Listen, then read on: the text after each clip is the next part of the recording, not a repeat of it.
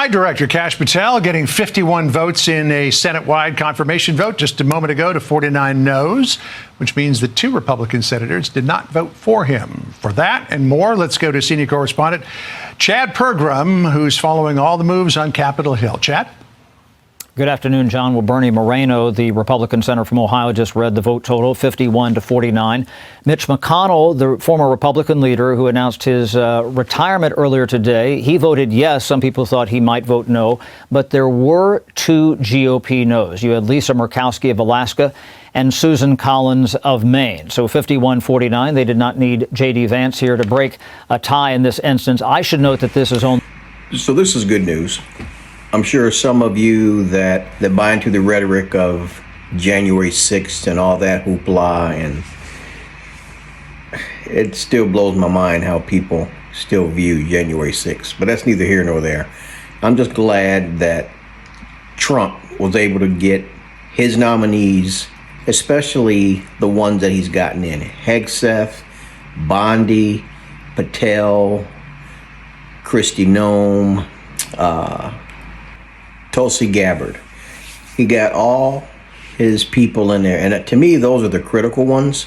I mean, he's obviously gotten most of all of his picks, and I'm pretty confident he'll get all the rest of them in. That this is only the second nominee who's gotten more than one GOP no. You had Mitch McConnell, who's voted, being the only no on the Republican side a couple of times here.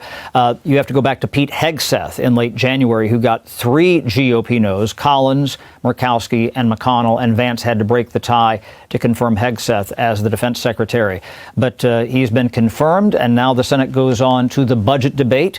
This establishes the framework for the president's domestic policy agenda. That's something they'll be getting into in just the next couple of minutes. Lindsey Graham, the Republican senator from South Carolina, who is the chairman of the Budget Committee, speaking right now. And they will have what they call a vote-a-rama on the Senate floor, where they vote and they vote. And did I say they vote?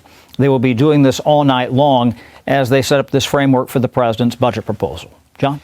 All right, Chad Pergram for us. Chad, thank you very much. Still a lot of nominees. Mitch McConnell retired today. That's probably the only reason he voted yes, is because he knows clearly Mitch McConnell is bought and paid for. Clearly he's bought and paid for.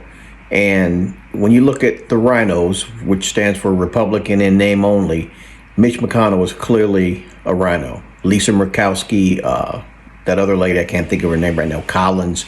These are people that typically vote no, and as you can see, those are the ones that voted no. I was actually surprised that Mitch McConnell voted yes, and had he not been on his way out the door, he probably would have voted no. So I'm wondering if he thinks retiring is going to keep them from coming after him criminally, because what's sad in this country is that the majority of our politicians have been bought and paid for, which is why I love Donald Trump, because Donald Trump is not a politician, he's a businessman.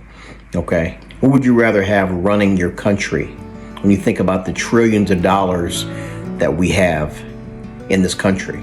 A businessman, somebody that's run a successful business, or a bunch of politicians that have no idea or concept of business?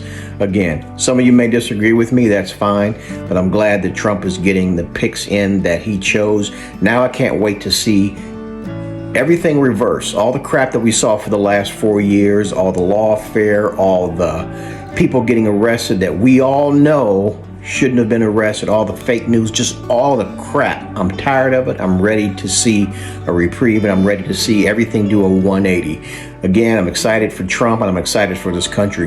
Love you guys, and I will check you on the next one. Later.